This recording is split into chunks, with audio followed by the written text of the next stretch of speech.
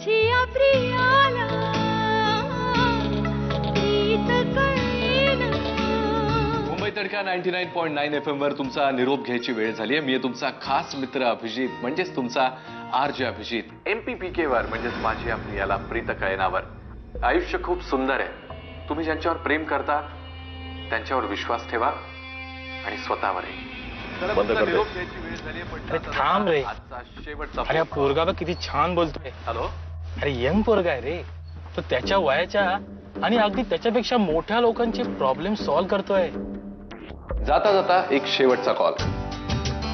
Hello, RJ अभि, मी आशू बोलते। आशू? अरे ही आपली आशू आहे, म्हणजे वहिनी तिथे असणार। क्या बात आहे, मजा येईल। हा आशू बोल। मला आणि माझ्या बहिणीला तुझा शो खूप आवडतो, खूपच। थँक्स आशू। मी ऐकलंय की तू सगळ्यांच्या लव्ह स्टोरीजचे प्रॉब्लेम सॉल्व्ह करतोस, म्हणून तुला फोन केला। प्रयत्न तरी करतो तसा मी। तू सांग ना, तुझ्या लव्ह लाईफ मध्ये काय रुकावट आहे? माझ्या नाही, माझ्या बहिणीच्या। खूप साऱ्या कन्फ्युजन्स नंतर तिला तिचं खरं प्रेम मिळालं।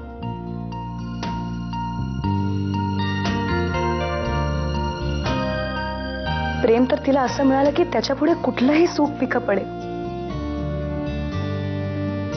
सतत कुणाची ना कुणाची नजर लागते तिच्या प्रेमाला।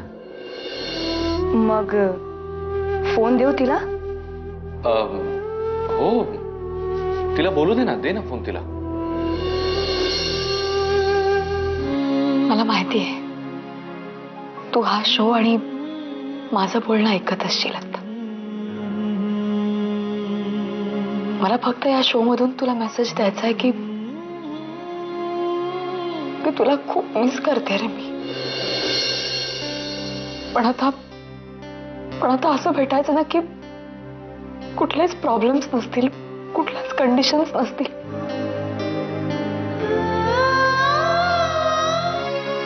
सगळं काही ठीक होणार आहे। तू जितक्या पटीनं त्रास दुःख सहन केले असतील तेवढ्याच पटीनं सुख येणार आहे तुझ्या आयुष्यात। तुझा लाईफ पार्टनर तुला ते स्माइल परत मिळवून देणार आहे, त्याच्यावर विश्वास ठेव। चला, उद्या परत आपली भेट होईलच माझ्या प्रियाला प्रीत कळेनामध्ये। आणि आता निरोप घेताना खास आपलं गाणं।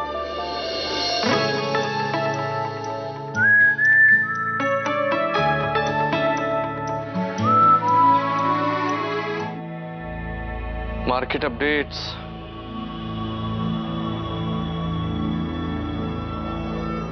अरे, विपुलच्या स्टॉक मार्केट मधल्या मित्राचा मेसेज। US स्टॉक मार्केट मध्ये काही शेअर प्राइसेस वर गेल्यात, सो आपल्या इथल्या बऱ्याचशा शेअर प्राइसेस कोलॅप्स होत आहेत। शिट। फॅक्टरीतला प्रॉब्लेम सॉल्व्ह झाला? फॅक्टरीतला प्रॉब्लेम सॉल्व्ह झाला, पण आयुष्यातले प्रॉब्लेम कधी सॉल्व्ह होणार आहेत माहित नाही।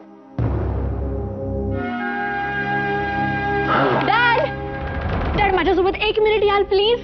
मला खूप दमायला झालं, मी जरा जाऊन थोडं। Dad, listen, I want you to meet somebody, okay? आपण नंतर please come on, let's go. काय दाखवायचं? या ना डॅड। मम्मा,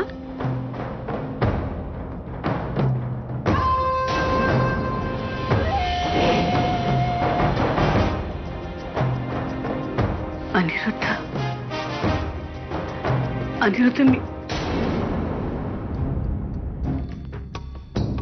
या घरामध्ये आता तू आहेस, आलीस, राहा, खा, पी, पण त्या एखाद्या अपशकुनी मांजरीसारखी, काळ्या मांजरीसारखी माझ्या आयुष्यामध्ये, माझ्या वाटेमध्ये तू पुन्हा कधी